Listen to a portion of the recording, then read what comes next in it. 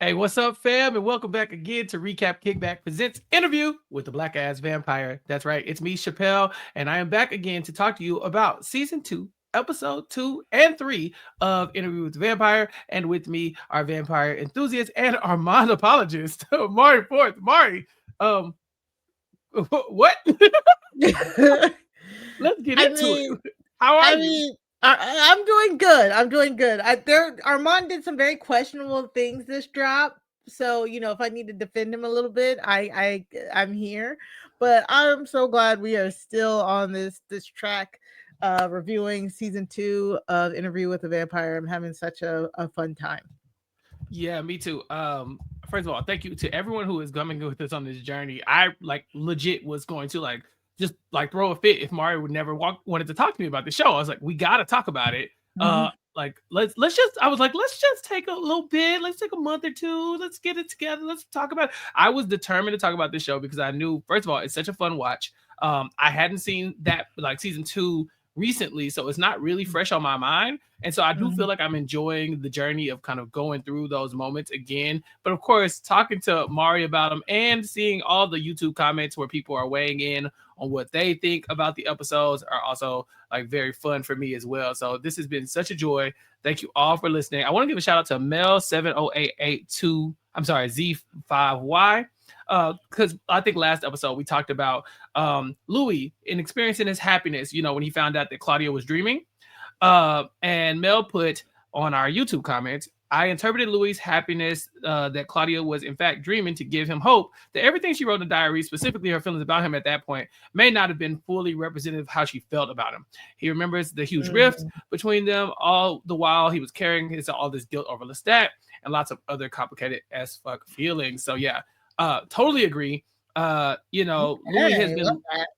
yeah, and Louis has been living with that guilt for a very long time. And so I think that now that the memory of like, oh, I hadn't squandered all of her dreams and aspirations, and she was just like living in nothingness, sleeping through misery and just like not even having anything to hope for. I think now that he's realizing that that might not necessarily be the case, that Mhm. he was kind of going to enjoy that a little more. And I'm excited for him because in episodes 2 and 3, we get to see a lighter side of Claudia. These episodes are called "Do You Know What It Means to Be Loved by Death and No Pain?" And so, episode 2, we really Mhm. see what it looks like when, as we discussed, Mario, there's a tonal shift from the dark and dreary, kind of Nazi vibe of episode 1 to Paris. What do you think about this as like our new location for Interview with the Vampire? Yeah, I love it. I love um a lot about these 2 episodes. A lot of vampire politics here, so this was definitely my judge. Learning about the coven, the breakdown, and finally learning about the 5 laws of vampirism was really fun. Like a definite tonal shift, um to say the least. But a very, very welcomed one. Yeah, and we go through a lot of changes in between episode 2 and episode 3, and so I really want to get down into like kind of where we start and how we get to the end of this little arc. Because at episode 2, it's very clear that Claudia is looking for community. She's been searching far and wide for Mhm. just ancestry, for any type of type of insight into what vampires are, if there's anybody around. And here in Paris, she has found the Théâtre des Vampires or whatever, the Theater of Something the like that. Vampires. Yeah. Mhm.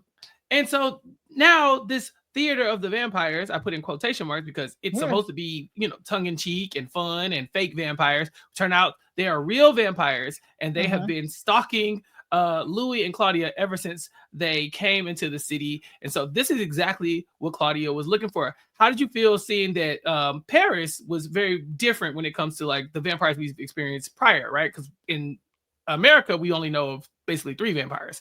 We know Bruce. Well, we know 4. We know Bruce. We know Antoinette. We know Claudia. We know Lestat. And we know Louis. So 5. Now we see a whole coven. Whole bunch of them. Yeah, yeah. Yeah. No, this makes sense. Again, we live in a very baby nation in Mhm. comparison to like a whole history of a world. So it is not beyond imagination that they have a whole set of hierarchy laws, built-in governance that, of course, the youngest vampires, what we assume is the youngest vampires in Louis and Claudia wouldn't know about. You know what I'm saying? So yeah, I love this. I truly did. I want to get into the laws and the governance here because in episode 3 we really explore how Lestat came to be, because Lestat and Armand, we will find out, are tied together in this. Now before we get into how they came to be, what do you think about this? Okay, we're telling the story. Claudia's meeting the vampires. Everything's fun and games. And then whose picture is that up on the wall, Mari? Oh, yeah, Yeah. that's our founder, Lestat de Liancourt. Yeah. That was funny. Did I see that coming? I don't think I did. There's no way to see. Yeah. I jumped, and I've seen this episode before, and I was like, oh, shit. Right. I thought that was the way they did it was absolutely hilarious. Like, wait, who's that? You just see them looking up. It's just a picture of Lestat staring down at them. I was yes, that was funny. Yeah, and then I really thought episode 3, honestly, I thought all of episode 3 was gonna be like Lestat's backstory. I thought we were gonna get way more than what we did. I think it was like the first like maybe 15-20 minutes, but because in typical Lestat form, it's like Lestat's here, he's doing this, boom, he's gone. Like, yeah, he sucks. Lestat's the worst. But yeah, we find out in episode 3 that Lestat like basically wanders into to Paris, and he is breaking all the vampire rules, right? So in Paris, they're supposed to be a part of the coven. They're following the old vampire laws. You know, they're strict rules. They're not to be seen. They're not, mortals aren't supposed to know they exist, and all this other stuff. And they're not loving it. Armand's in charge. He's following the rules that he's been banished to Paris to go and see out. Like, and while that is happening, Lestat is just gallivanting around, being like, would it be better if you just weren't doing what you're doing? And so Armand invites them in, Lestat in, to kind of like almost like liberate the vampires. And now we have these very like outgoing and vivacious like vampires that we get now, right? The glamorous ones that are in Paris doing the theater and all that stuff. None of that happens if Lestat doesn't wander into Armand's life and essentially alter everything about Paris and the old vampire times. Now, this is the vampire stuff that, like, when you read the literature, Mari, this is the kind of stuff that you've seen before. Yeah. So like Armand being an ancient, he talks about how like in what was it, in the 1500s, he was the one who was banished, like you said, to Paris to get that covenant check.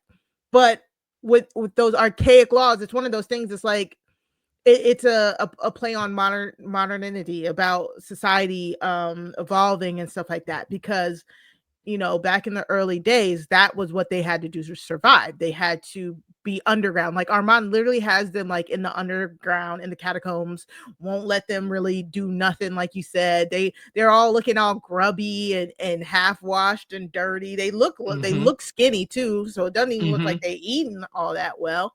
But that was the old laws. Like the old laws, they were to remain hidden. They rarely ventured out at night. They didn't interfere with human affairs really, and so for 239 years his covenant's in there bored to death under those stairs.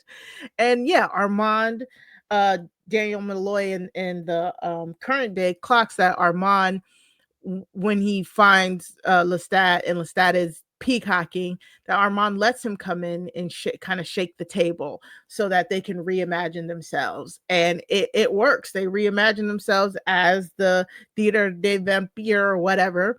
And just like that, what was it? After 100 performances, Lestat is gone, I believe. So Lestat shakes the foundation of quote unquote vampire society and then disappears. And yeah, that makes sense.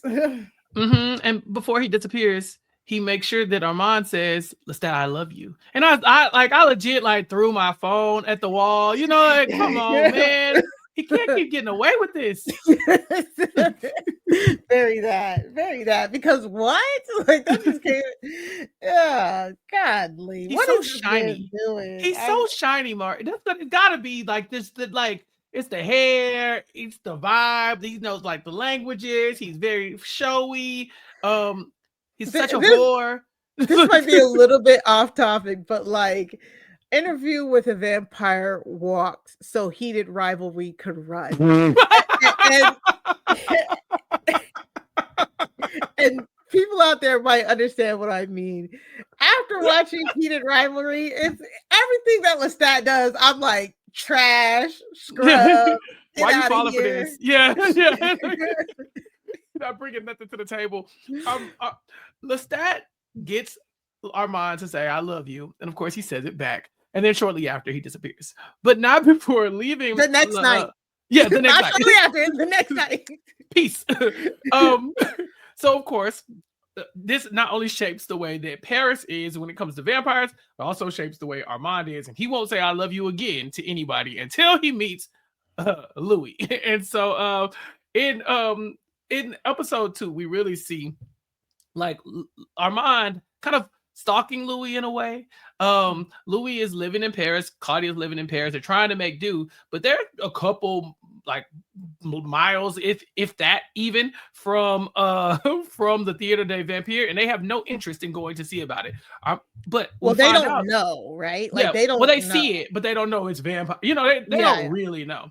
And the Coven does not take kindly to that kind of action. The Parisian vampires are very full of themselves. You know, they very prideful people. They're like, we're Theater Vampire. How come you haven't come and checked in? And not only to check in to see what's the vampire theater like, but also you got to let us know when you in town. You can't just be wandering around here killing people and doing things that could get us caught up. So we see them kind of merging on Louis while he is out in the park doing stuff. Well, first off, where does this sound familiar? You know, check in. Don't y'all have somebody famous out there in Texas? You got to check in. You better call Jay Prince. Break that phone call in Houston. Exactly. Look, it's common, I think, in most cities though. Like if you are a part of an organization, like for me, for instance, I am a part of an organization, right? When I come to a town, if I'm going to be walking around wearing a purple shirt, let the people know, like, hey, just so you know, I'm here, so that they can look out for me. It's not so like they can not kill me, because that's a very vampire thing to do. But it's almost like common courtesy, right? It's like I'm in your city. If you're a police officer in a foreign city, you don't wear your badge around. People are like, who is that? Because if somebody says something, it was a cop who did it, then we need to be able to identify said cop. And you're a random person walking around saying you're a cop. We need to be able to say, okay, it was you. So I get the vibe, Mari, but they were like getting violently annoyed at Louis and his kind of insubordination, even though he didn't know that he was being insubordinate. Yeah, and again, it goes back to those laws and the governance and the hierarchy. You're supposed to check in. If you're in the city longer than whatever, you're supposed to join that coven. Like, not joining the coven is tantamount to you getting hunted, and it can be an enemy. You know what I'm saying? So like, yes, they find him out in a park cruising. Let's be real, he's cruising. Man's in the streets. Yeah, outside. And he almost got stomped out because of it. And I thought all of this was perfectly reasonable. And symmetrical to what happened to Lestat. Lestat was walking around. He found him a little human boo. Typical Lestat. Until the Coven basically pressured Armand to go and shut it down. Like, hey, there's no way we got to be living under the old laws, and this man could just be out here just vibing and chilling. And so Armand goes out, and he really does like show the massive amount of power he has over Lestat, to the point where Lestat's like, please teach me. And Armand, we kind of missed this part. He does. He teaches, of all people, Armand teaches Lestat the cloud move. I think the other, like the mind, like the time freezing thing that he does, all of that is Armand's Jewish. And Lestat has now taken it and made it his own to become a menace. And so now Louis is basically almost in the Lestat spot, where Armand is taking him in, and Claudia, to join the Coven. Yeah. And again, I like this because if you're paying attention, again, you don't have to, it is not just about your age. It's about working out to say the least. But it's about training Uh-huh. for those powers. We get in episode 3, Claudia can shield her mind way better than Louis can. You know what I'm saying? Mhm. Even though Louis is older, technically, because Claudia worked at it. Claudia worked at it for what, 10, 15 plus The years entire time. while she was while she was under the same roof with Lestat and Louis. So like, And when she was running from Bruce.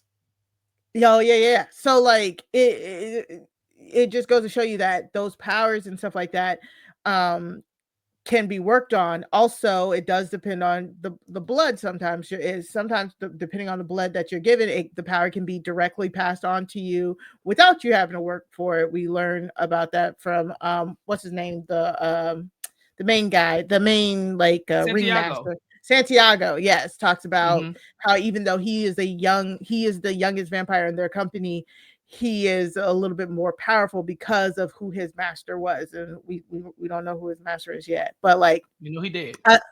yeah, they said he under the Yeah. Yeah. they say he put him down. He put him down. Yeah. So I really liked all of the talk about vampire powers and how they acquire them and stuff as well. So this theater, for the people who have no, I watched this in a while. This theater is Vampire Run, and it is supposed to be almost like a parody, kind of give you the same vibe as like a Rocky Horror Picture Show kind of vibe, where it's interactive with the crowd and that Vaudeville. very vaudeville, right? Mm-hmm. Exactly. And so you have a bunch of people pretending to be vampire, leaning into a lot of the vampire tropes. You know, they have the wires and making people fly and things of that nature, but they also are not leaning into those tropes in a lot of ways. They are actually vampires who are using this whole situation to feed basically publicly. They lure the people in. They have them volunteer to be parts of the show. Sometimes they just kidnap people and just put them in the show for their own personal gain. Yeah, and that's kind of like one of their. To me, that's one of their coolest tricks when they bring out the human who's like, "No, I'm being attacked by a vampire," and you're a crowd like, "This is good. This is so good. Oh my god, like it's so real." But they're using it all as a big ruse to kind of just like lawfully hunt publicly, you know, and to enjoy, like, and to also, I guess, like stroke Armand's ego as he is the head of this theater. And so basically the coven has a job and they will always do this job at least until Armand changes his mind. And it's because to complete those rituals, like that ancient, they wove their ancient rituals into the show so that that the rituals aren't completely disregarded. Yes. So I want to talk a little bit about present day Armand and Louis. Sickening. Just sickening. Just disgusting. Isn't it just gross? Like, this is the cutest shit. Stop finishing each other's sentences. Like, oh my God. Get off of him. Right. It was like y'all talking back and forth. Like, what are we doing here? Like, can one of y'all just tell the story, please? Put Daniel Malloy in this episode. Like, all right, Armand. Like, Armand told Louis in the last episode, you know, hey, we're going to tell this story together. And by the end of this, Daniel's going to be like, tell me more. Tell me more. And in episode 3, by the end of episode 3, he literally says, tell me more. Because if he doesn't just listen, they will read his mind and reveal dark secrets of his past, and also kind of bring some memories back into focus that Daniel didn't quite love. He didn't enjoy his time in Paris. I, too, famously do not love it there. I will be there shortly, but it's not my favorite place. But, you know, Daniel and his wife, I think that's where he proposed his former wife. So he has some skeletons kind of surrounding that time. And since he has decided to poke and prod at Louis and Armand and how just ridiculously cute and adorable, and I'm not saying this a complimentary, this is like derogatory, cute and adorable, yeah, cute and adorable, and just like lovey-dovey, schmoopy that they are, they shut it down. Like, there's a moment where I think his Parkinson's, they get to messing with his hand and stuff like that, to where they had to threaten him. If you don't chill, we're just gonna focus on you, and you don't want that, do you? And so, yeah, the tandem is wild, right? They should not be allowed to do this. Mm-hmm. I don't know how you could stop them. No, But they shouldn't be able to do this. Yeah, exactly. Yeah, who gonna stop me, boo? Who gonna check me, boo? Right.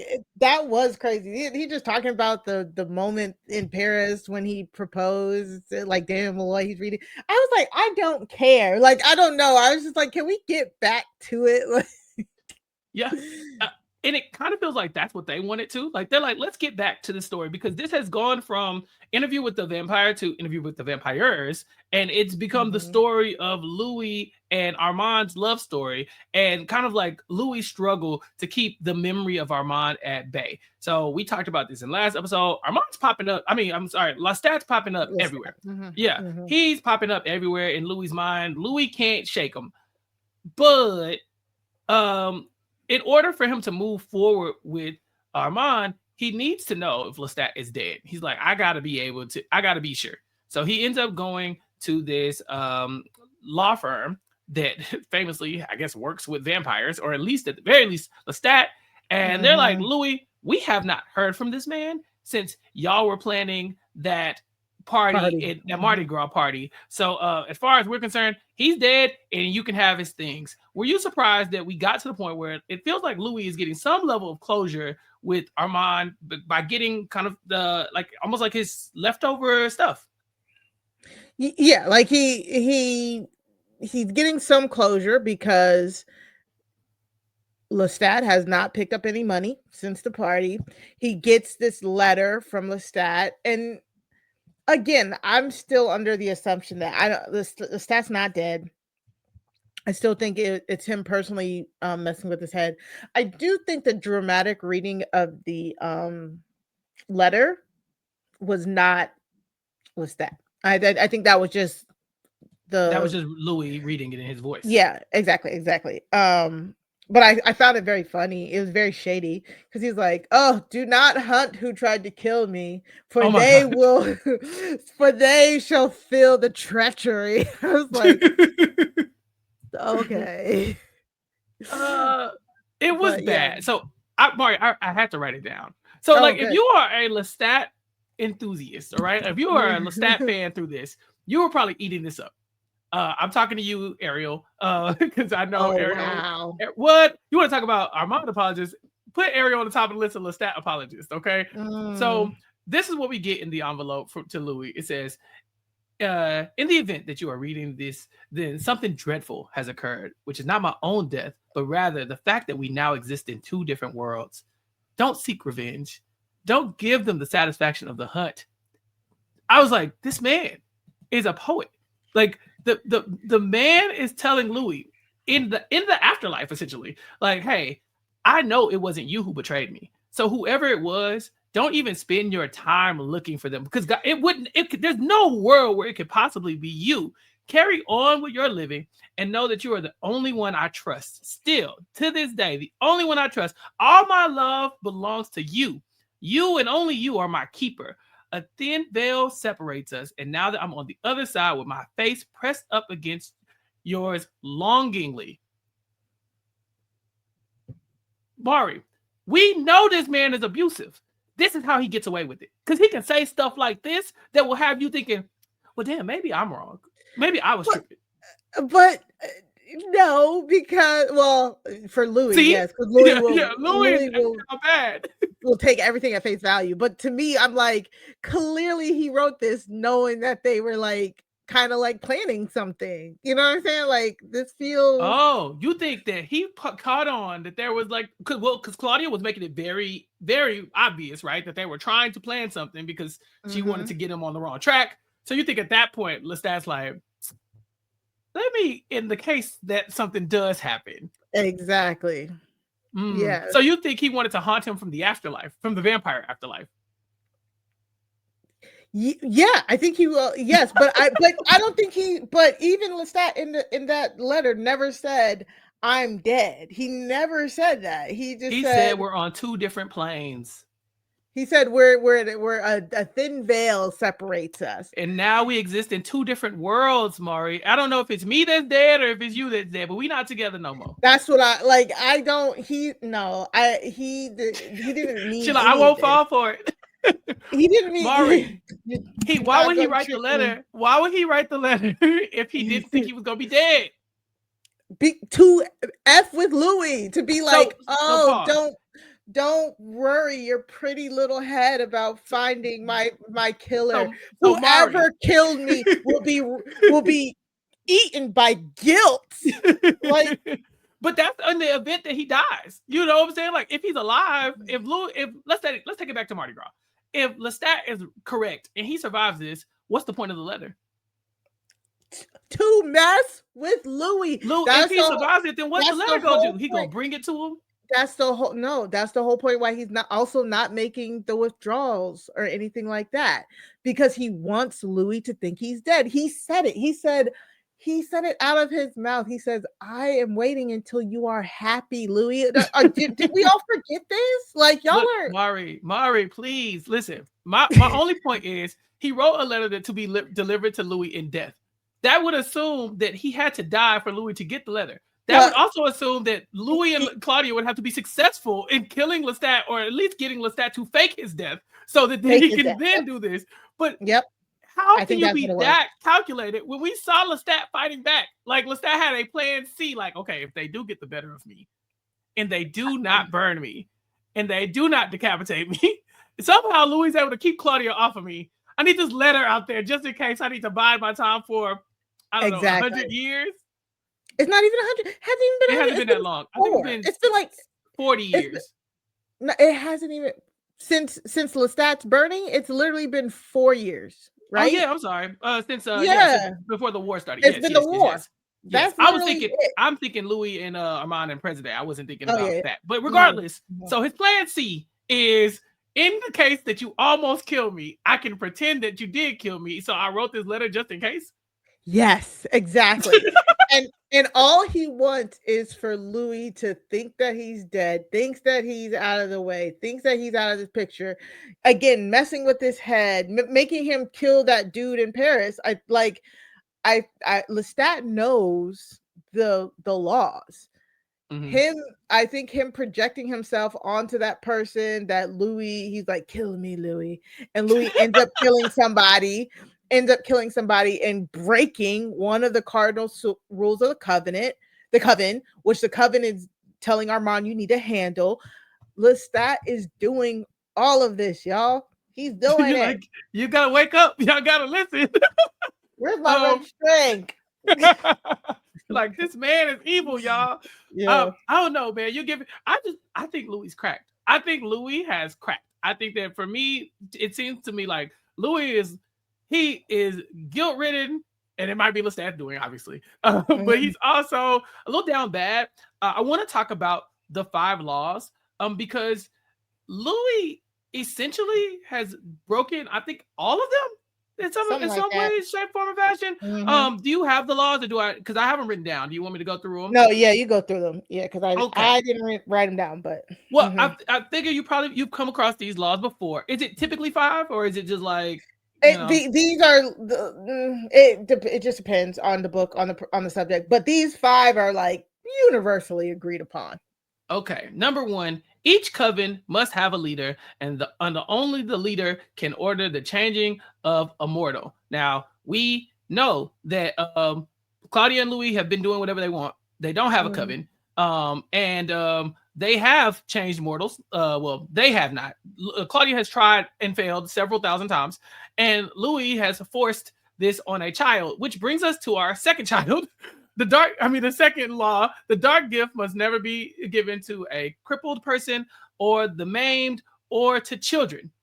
Now, Louis didn't give the dark gift to Claudia, but it's like an accessory. He forced Lestat to do it. I mean, Lestat grown. Lestat knew the rules. He could have just not. True. Remember, but they were trying to put a band-aid on that raggedy marriage that they had.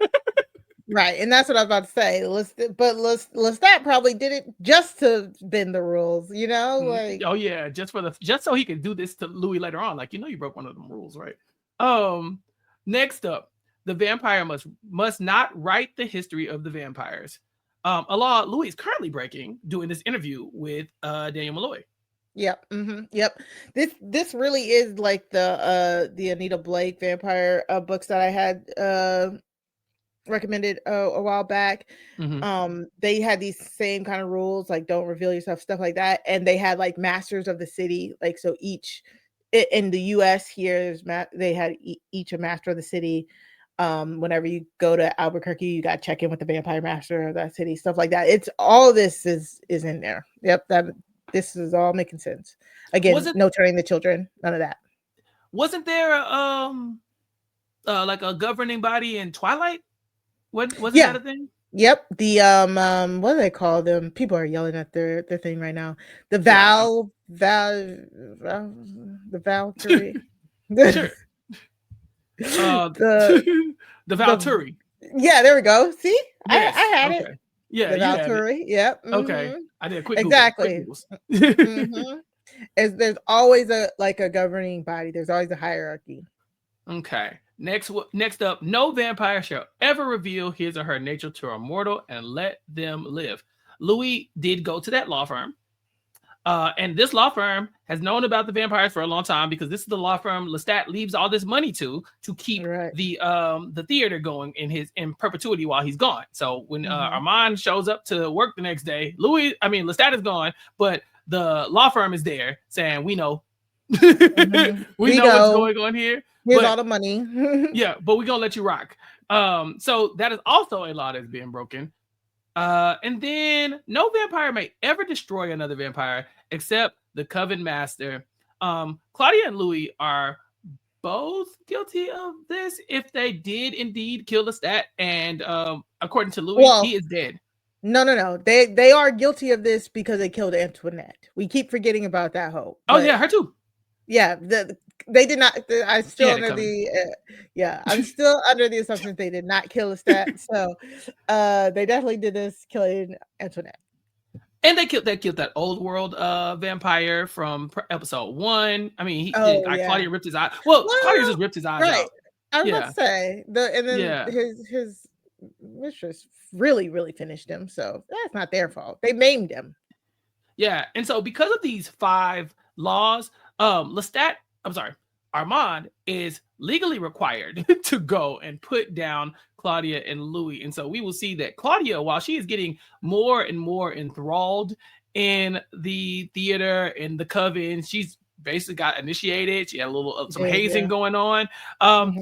Louis, on the other hand, is not. And so he is breaking a lot of the rules a lot more blatantly. And so it looks like they're going to spare Claudia, but it's up to Armand to handle Louis. Unfortunately for Armand, he might be in love with him. I know. They scared me really quickly there because, they're talking about what they did and then they all had their hands on Claudia's chest. I was like, "Oh my god." Uh huh. I thought My and girl, then he my and Shayla. then yeah, exactly. And then whatever he said about Claudia about, "Oh, she's not long for this." I was like, I was scared for a second. I thought they were about to try and execute them both at the same time.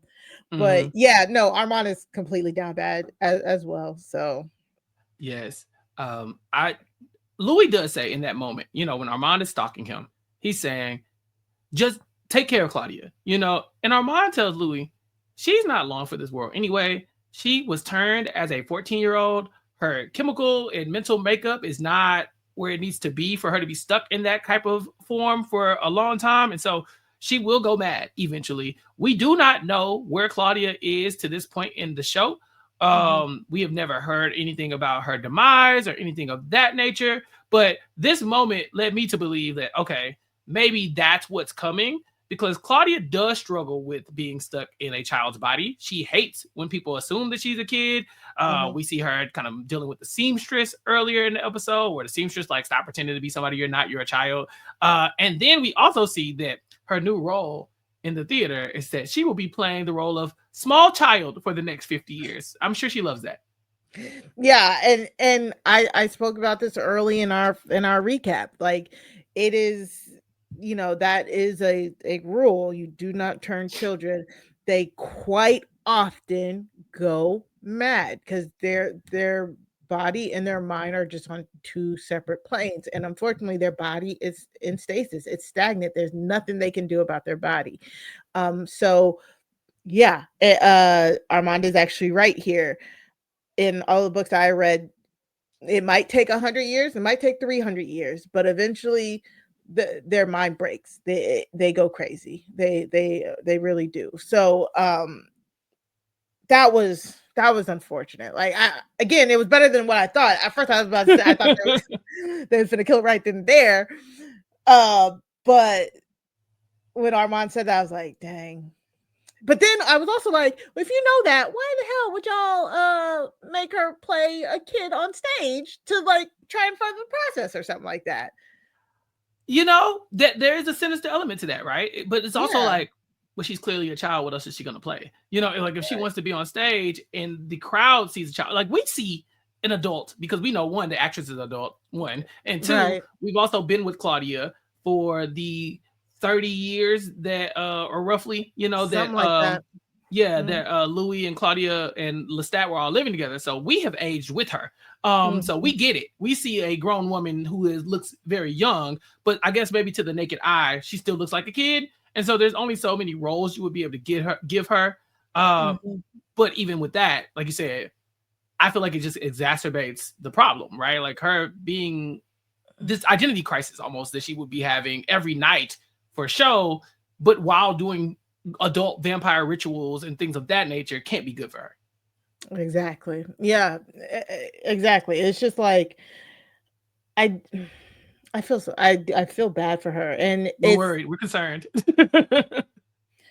there I did think when they were accepting her in, that was kind of my first thought as well. I was like, they're gonna make her kind of play, but I didn't think the thing that they pulled out for her looked like a 7-year-old will wear. She's at least 14, y'all. Mm-hmm. Like, you know what I'm saying? They aged You're her right. down.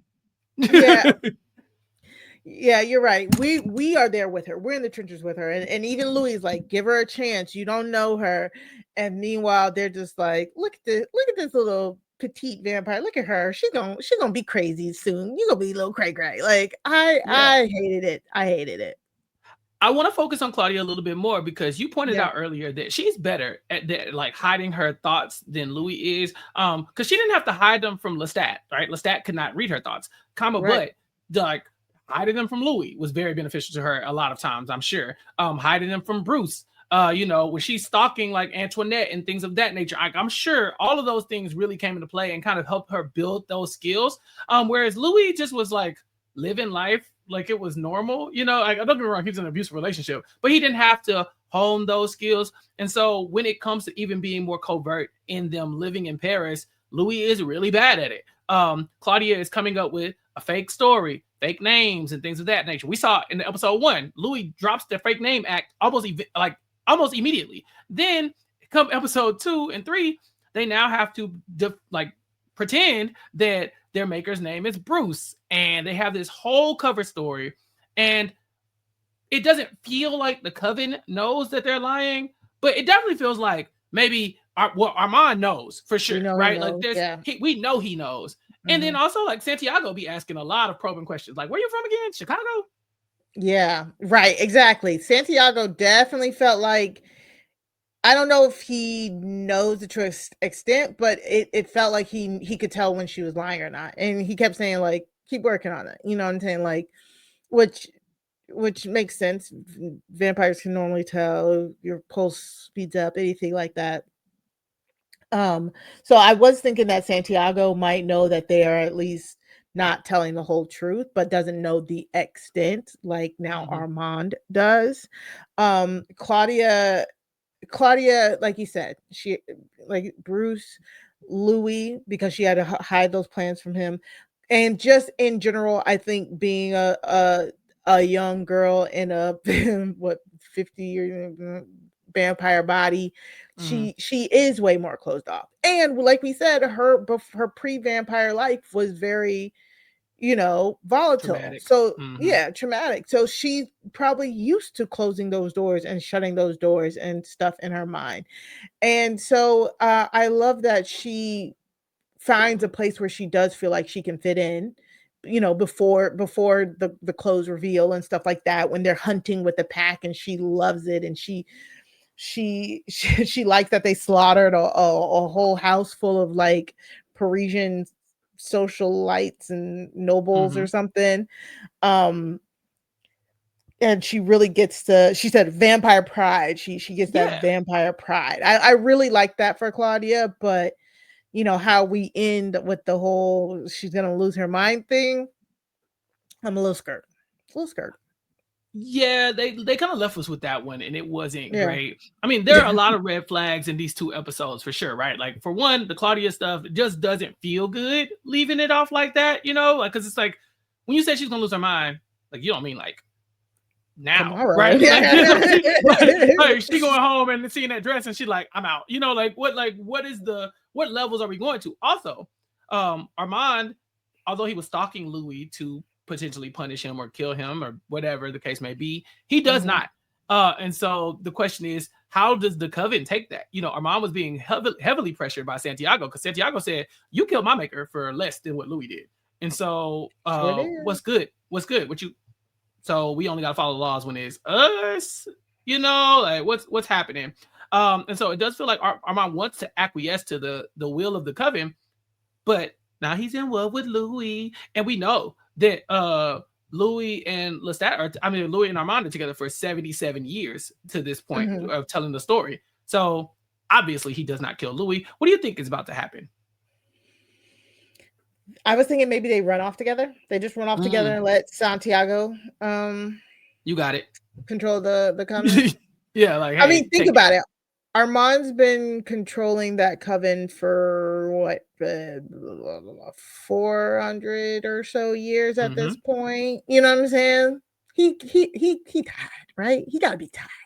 He He gotta be tired of tight. being Lily there. And he slept with everybody. He slept with the That's what he the said. son and the dad at the same time in the back room. Like I was really hoping it wasn't at the same time, but it that was at the is same what time. I, yeah. It's at the same time. Slept with the son and the dad who are different. Who the son is older than the dad in a weird way, and let's like Armand was sleeping with him, sleeping with the women, slept with Lestat. I think he's just tired. The man is tired. Can he rest? No. No, I don't think so. I don't think so. No. So I know you said that they potentially are going to run off. Let's talk about maybe some clues that we also get in this episode for things to come. In the present day, Daniel Malloy goes to a diner in a sushi restaurant, I believe, in Dubai, and he Mhm. is approached by a man named RJ. I think his first name was Raglan James. And Raglan James comes to Daniel's side and says, "Hey, I know who you are. I know you've been talking to the vampires, and that's cool or whatever. We've been tracking 900 of them. We're now up to 1,600 of them because the great conversion is happening." Now, Daniel does not know who this man is. He Nope. thinks James is a fake name, but he suspects that maybe he's being followed by someone. I think he said, like, "Are you MI16?" I think he asked him if he was some other intelligence agency. I can't remember which one. Yeah. The Mossad. Oh, yeah. Mhm. Yeah, and this man's like, "No, stop it. No, I don't work with them." But he never tells us who he is. What he does do is has someone somehow hacked Daniel Malloy's laptop and put files onto his computer that will give some firsthand sources to the story that Louis and Armand are telling hand in hand. And so while Daniel is trying to interview them, he's also looking at his laptop, seeing Mhm. articles and things from the past that are throwing off his ability to kind of like do these two things at once. I think him having those articles is now becoming so much of a distraction that, to me, it looks like Louis and Armand are catching on that Daniel is kind of thinking about other things. Distracted. Yeah. Exactly. He started hitting the escape button really, really fast, and they keep saying like, Mhm. "What's going on?" He's like, "Oh, I don't remember." Like, well, there's one way that we could remember. We could just read your mind. You know. So that said, how do you think this Raglan James character is going to play a role moving forward? I assume that Louis and Armand could easily find out that this is going on because they could just read Daniel's mind. And that's why Daniel was trying to like change the subject in his mind the last time they did Yeah. it. But like That's what I was trying to figure out, right? I was like, this is interesting. Okay, this is a new little plot twist. Like there are people who do know about vampires who are keeping tabs on them. But then why are they trying to help Daniel Malloy write his book? Like I didn't know. I don't know anything about this. I was very, very like, okay, okay. This is it just set up some intrigue for me, you know? So I don't know. I don't know who this guy is. I don't know how it's gonna fit in. Um, I don't know why Daniel got so nervous. Why can't he Mhm. tell him? Why can't he just be like, yeah, somebody's backing up y'all story. I don't know. Like I don't I think it's the air that the guy had around him because he says like we're investigating, right? Like so it's oh, that's clearly true. like some type of agency Yeah. Intelligence. He's a do y'all like intelligence officers or exists, but something also like to get into that? what'd you say? He said, because remember Daniel stood up and said, y'all intelligence officers. He just started yelling in the thing, and the guy got up Yeah, and left. he Yeah, made a scene. Yeah, yeah, yeah.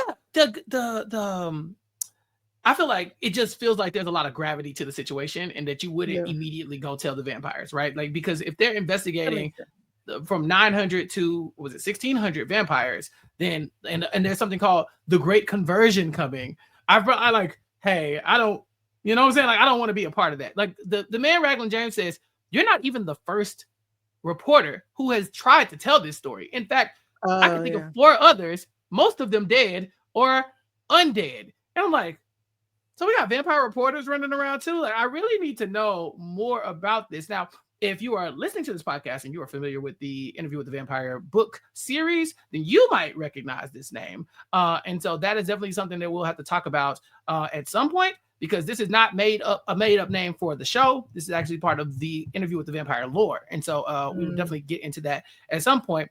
But yeah, this begs the question, what is being investigated? Is Daniel in danger? How often do they do this? And when it comes to those firsthand sources, what do Louis and Armand do if they find out about these sources, right? Because we see mm. that I think it's called, this will raise some eyebrows. The file on Daniel's computer is called Biblioteca Talamasca. And we know that there is a Talamasca series running right now on AMC. So Mhm. maybe that has something to do with it. And of course, I would love to see more of Raglan James in the future. This is Justin Kirk, the actor, played also known as Andy Botwin from Weeds. For the people who were in the trenches That with me back in the was day. him. I love Yeah, Weeds. Oh my I was god. in the trenches, man. I was there. Love Um, Weeds. yeah, so much to unpack there, and it also brings up more questions for Daniel. Daniel decides that, and I think this is something I hadn't thought about either. He's like, okay, you have been being investigated, right? We know that the agency, whatever they're called, is like looking into you. But how have y'all managed to avoid being found thus far? In the world, Yeah. it's 2020 when this is happening. So the internet is real. AI is real. Mhm. Facial recognition technology, Google. Google, Yeah. you've been buying and selling things your entire life. There has to be some type of footprint. And Armand basically is like, no, no. That's what I'm saying. I even rewound it a few. I was like, so we just gonna ignore that question about how Google doesn't like track y'all? Like that was crazy. It must be like the thing where like people are looking at old photos and they think they see Tom Cruise in them. You Yeah, know? You know yeah, what I'm yeah, talking yeah. about? Well, that, and they also say that, like, I mean, how could they track us? A lot of the tracking that happens right now is from people wanting to sell stuff, right? We get ads based on our interests. We get ads based on, like, it's basically for consumers, right? So Hmm. like the way Yeah. we track our interest is, what are we searching for on the internet? What are we looking for? What are we buying? And he says, like, Amazon ain't trying to sell us nothing. We're not anybody's target audience. So why would they have data on us? Like, what are we looking for, basically, that is going to lead somebody to having some type of footprint for us? We're vampires. We don't even really need the internet like that. Like, we Hmm. never see them use a cell phone at this True. or anything like that. We haven't seen them use any technology really since being in that home. They have a lot of old books, like, so, I don't know. They've done a good job of staying off the grid, and I guess tons of vampires have because, like you said, we don't really get a like in-depth answer except for like, why would anybody be tracking? It's like, how would they even know to target the vampire population? I guess. I I don't guess. know. Yeah, look, this is what I said. I guess. There are also other cool moments with Daniel. For one, new Rashid, real Rashid is still around. And Daniel's even trying to ask him, like, so these people cool or nah? And Rashid's like, nope, they're fine.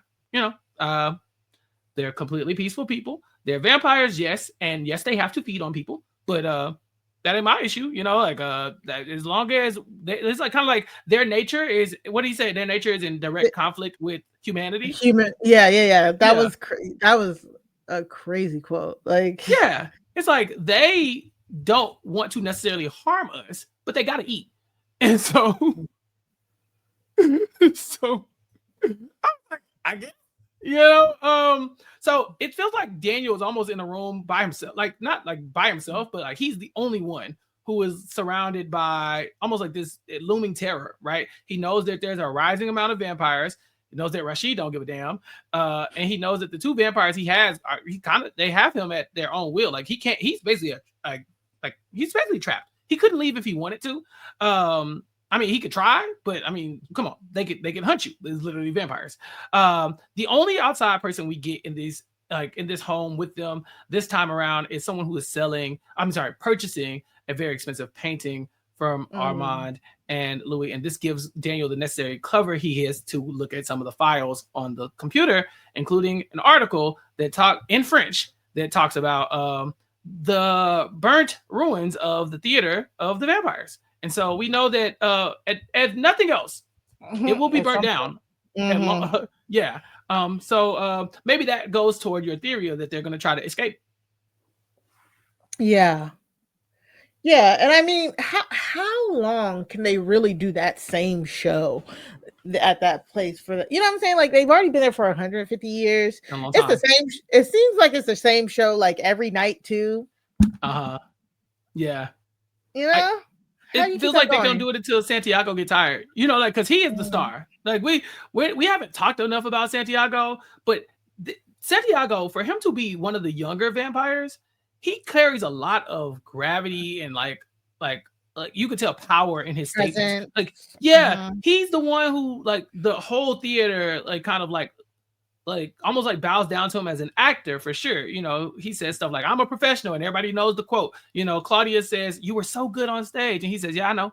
Like things of that. Like he understands his power to the point where he is the one who accosts Armand on behalf of the rest of the coven. He's telling Armand like, hey, it's cool or whatever that you got your boyfriend here, but you're not really following the rules. What's up? And Armand does actually heed Santiago's words to an extent, right? We know that he goes before he changes his mind. His intention is to take care of Louis. And so I just feel like Santiago himself is somebody who I would like more information on, right? We know he has the good blood, but his master blood wasn't good enough to save his master. So, his maker. So clearly Santiago's been either doing some work or maybe he did have the real good blood. Who knows? Yeah, and that's what I mean. Like they have to follow up. They have to. You can't leave us on a like my maker's in the basement because Armand took him out. I got the good blood, and I'm making demands on our coven leader. Like they have to go into Santiago. Yeah. I think it would be a misplay. Plus, it felt like they were really highlighting Santiago and Claudia's relationship as well. Santiago is the head of this almost like fraternity of the theater. Armand kind of leaves Santiago to handle it. Like, hey, bring in Claudia the way you would like. I'm gonna go handle Louis. And so we see Claudia's ritual that she goes through after she goes from puce to full-blown member of the vampire. And so she can't make eye contact with people. She's looking away. I think she couldn't make eye contact with Armand at all. She always had to be looking down. She was working in the backs and she was working in the wet room, Mari, the room where they keep the sacrifices from the stage. Wet room. Typically the wet room, right. And typically when you're pledging an organization or something like that, you do have to do like the grunt work until you build yourself up to be on stage. What did you think about the wet room and Claudia's original position in the organization? And I don't know if she's not doing that anymore, but she's definitely got that and an on stage role at the very least. Right. My takeaway is them rats sounded hungry. You don't want them rats getting out. Them rats now have they have the taste for blood and flesh. So if she accidentally, I hope she never opens the wrong box. Let's talk about how this box works. So it's like a magician has the box where they saw the human in half. On the one half of the box, they have the rats. They're hungry, they're rabid, it's just rats. On the other half of the box, Claudia is to insert the remains of the sacrificed human that they ate on stage. So she opens up one side, the rats go on to the left side, they eat the human, she closes it. Now there's no human on the left, they're just rats, and then it's empty on the right. And they say, it's up to you and you alone to make sure that you don't mix the sides up. Because if you let the rats out, they are going to basically run rampant in the theater, and it's going to be really hard for us to stop that. This is such a fascinating way of disposing of the bodies, because Claudia says we just use an incinerator. Right. Yeah. And I don't know if she was listening close enough for my liking. Again, I really hope she don't open the wrong box. Yeah, it alternates. So it's like the left side is the rats, the right side is the human. The next day, the rats have moved to the right, so we put the human on the left, and we just do that night after night after night, and that will have that will help destroy the human remains. I think when she said it to the vampire, when she talked about the incinerator, he's like, "It's a little German, don't you think?" And I had a good laugh at that. Dark, yes, dark, but I did laugh. Yeah. So that is one of Claudia's roles amongst the others. Is there anything else we didn't talk about from the episode? No. No, episode 2. No. I think we got it all. We got all the important stuff. Yeah, so aside from, I guess to summarize, right, we got Louis, who is mentally unstable at the very least, dealing with the memory of Lestat. He also knows that he is in deep shit with the Coven. Armand, who is in deep love with Louis, now has to choose between the Coven and Louis. And I mean, based on the fact that 70 years later, they are still together, telling the interview of the vampire and to Daniel Malloy, it seems like he's going to choose Louis there. We got Claudia, who has now been indoctrinated into this Coven. She finally found a family that she could be proud of. Some vampires that are not bastards, like all the ones she knew in Louisiana.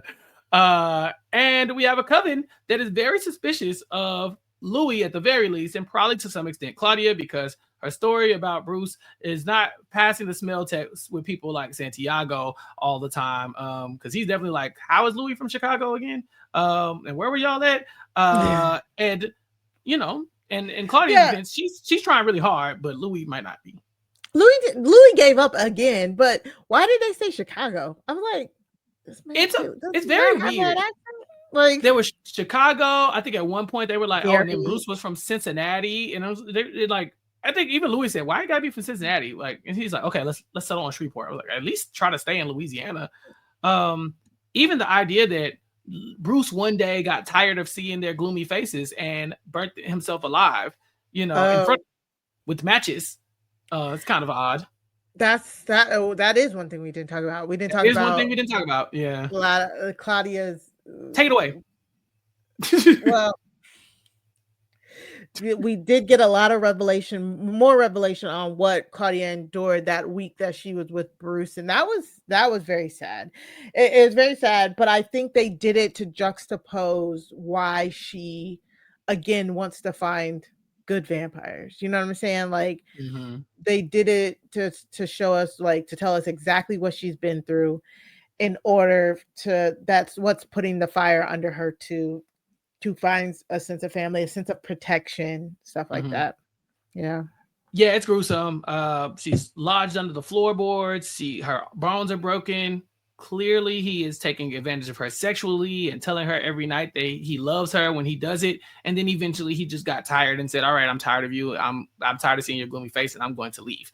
And so she's taken a lot from her experiences in this as a vampire in the short time that she has been a vampire relative to a lot of these other vampires. But she does have a certain set of skills that she has kind of cultivated since dealing with those things. I'm sure she was trying to hide her thoughts a lot when she was under the floorboards and things of that nature, while she's probably planning her escape or whatever the case may be. She does tell Santiago that the one thing she got from Lestat is that he taught her how to lie. And so hopefully that skill does come in handy moving forward. But that does just about wrap episode 2 and 3. If we missed anything, of course, let us know in the comments here on YouTube, youtube.com/@recapkickback, as we prepare to go on and talk about episodes 4 and 5 next time. Mari, before we wrap, you got a book for us? Yes, you forgot, and not me. Are you done? I am now. Go check out Nosferatu by Joe Hill. It was previously made into a TV show adaptation. I didn't get to watch the TV show adaptation because I was literally in the middle of reading the book when it came out. So Joe Hill, notorious son of Stephen King, the writer of Black Phone, the movie Black Phone, and Black Phone 2 that just recently came out. Joe Hill is a really good writer. He's following his daddy footsteps. That's for real. Nosferatu, it's spelled NOS4A2. It's like styled in a license plate. It's about, well, it's kind of self-explanatory, but some kids start going missing. It's up to a young psychic girl to kind of find them. And behind the corner, there's a dark presence that's making it all happen. So go check it out. It's a nuts read. That read is nuts. So yeah. Okay, well, check out Nosferatu. And also check out what else Mari has going on. Mari. You can find me on Bluesky at Mari Talks Too Much. That's 2 like the number 2. You can follow me also over on Crime Scene. You can go to crimescenepod.com in order to subscribe wherever you get your podcasts. You can also go to the Crime Scene Buy Me a Coffee page, buymeacoffee.com/crimescenepod, in order to get exclusive interviews, exclusive content from Crime Scene. We've had such good content over there so far. You can also check out our latest episode, which is on, I know this because I just did it, My Nightmare Stalkers. Hey. The Eva LaRue story, where again we were joined by Paige of Izzy and Paige from The Amazing Race 38. So definitely go check that out. And that's it for me. How about you, All right. And as far as I'm concerned, you can catch me here on Recap Kickback, talking with G about Abbott Elementary every other week, talking with Chantel about Flavor of Love Season 2, and talking to Mari about this. Diddy just dropped the new documentary on Netflix about Diddy, 50 Cent produced. And so, I got to get that here on Recap Kickback somehow. I got to find time, but it needs to happen. All I know, I heard it's literally the same documentary as the TMZ documentary. They just add a little bit more footage in it. Like that. I heard it's literally nothing. If you've watched any Diddy documentary from the past 2 years, there's nothing real different from it. But I don't like whatever. That. I don't like that. I gotta check it out. If anybody I have a blood feud against this man. I gotta see it through.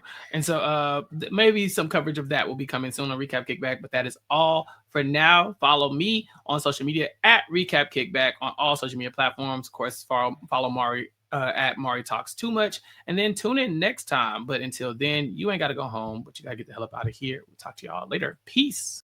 I've been trapped behind Suave Maria, isolated like it's North Korea. Smaller city with some bigger dreams. The wall is cracked, I'm looking in between it. The world is yours, but man, I gotta see it. They say it's hard, but man, I gotta see it. The air I'm breathing can't feel my chest. Wait on life, I wanna hold my breath. I'ma get in my goddamn self.